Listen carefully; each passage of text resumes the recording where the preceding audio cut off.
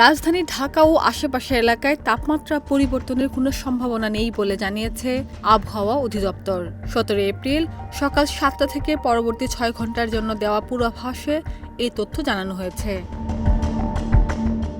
পূর্বাভাসে বলা হয়েছে, এই সময়ে আবহাওয়া প্রধানত শুষ্ক থাকতে পারে, দিনের তাপমাত্রা প্রায় অপরিবর্তিত থাকতে পারে। এছাড়া দক্ষিণ অথবা দক্ষিণ পশ্চিম দিক থেকে ঘন্টায় ১০ থেকে ১৫ কিলোমিটার বেগে বাতাস প্রবাহিত হতে পারে। এদিকে আজ সকাল ৬টায় ঢাকায় তাপমাত্রা রেকর্ড করা হয়েছে ২৬.৮ ডিগ্রি সেলসিয়াস। এই সময় বাতাসে আর্দ্রতার পরিমাণ ছিল ৮৮%।